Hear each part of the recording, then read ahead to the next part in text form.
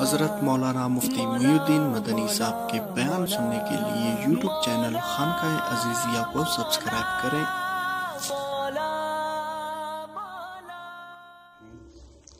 حضرت سلمان رضی اللہ تعالیٰ عنہ فرماتے ہیں کہ نبی کریم صلی اللہ علیہ وسلم نے شعبان کی آخر تاریخ میں ہم لوگوں کو واعظ فرمایا کہ تمہارے اوپر ایک مہینہ آ رہا ہے جو بہت بڑا مہینہ ہے، بہت مبارک مہینہ ہے۔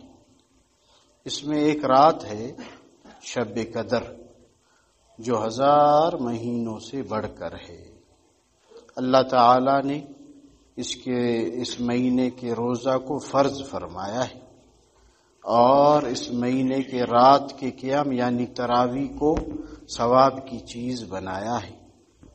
جو شخص اس مہینہ میں کسی نیکی کے ساتھ اللہ کا قرب حاصل کرے، ایسا ہے جیسا کہ غیر رمضان میں فرض کو ادا کیا، یعنی نفل فرض کے برابر ہے۔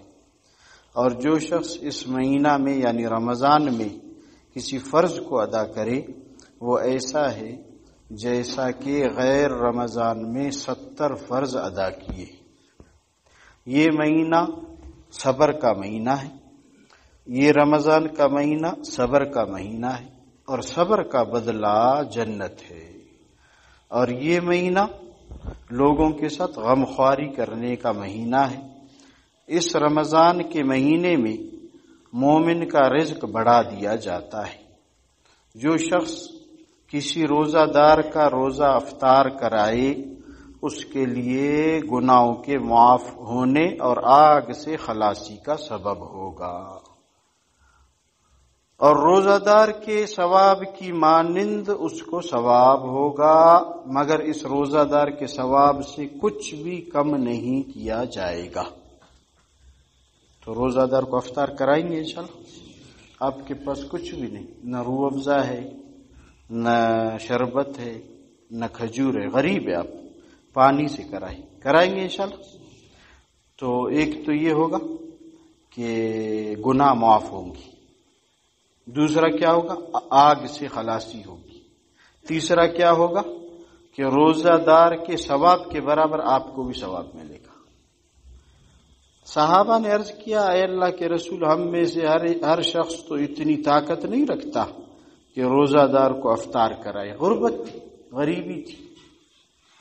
تو آپ صلی اللہ علیہ وسلم نے فرمایا کہ پیٹ بھر کر کھلانے پر موقوف نہیں کہ پیٹ بھر کے کھلاؤ، نہ، یہ ثواب تو اللہ جل شانہ ایک کھجور سے کسی کو کوئی افطار کرا دے، یا ایک گھونٹ پانی پلا دے، یا ایک گھونٹ لسی پلا دے، اس پر بھی عطا فرما دیتے ہیں۔ تو انشاءاللہ کریں گے۔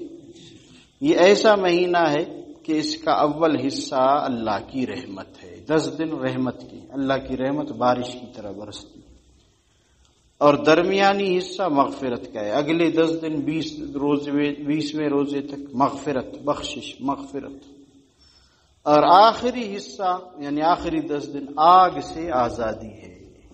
جو شخص اس مہینہ میں ہلکا کر دے اپنے غلام و خادم کے بوجھ کو، اس میں بیوی بھی شامل ہے، بچی بھی شامل ہے، اس میں خادم بھی شامل ہے، نوکر بھی شامل ہے، سب اس کے کچھ بوجھ کو ہلکا کرے، دیہڑی وغیرہ والے کو کچھ آرام کروائے روزے کی حالت میں، تو حق تعالی شانو اس کی مغفرت فرما دیتے ہیں۔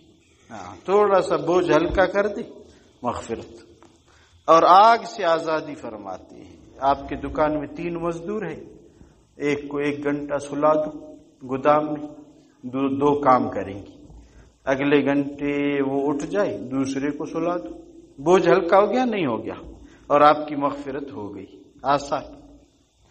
اچھا جی، تو بوجھ جب ہلکا کریں گے 2 اس کی بشارتیں ہیں، ایک کہ اللہ اس کی مغفرت فرمائیں گے، اور دوسرا آگ سے آزادی فرمائیں گے۔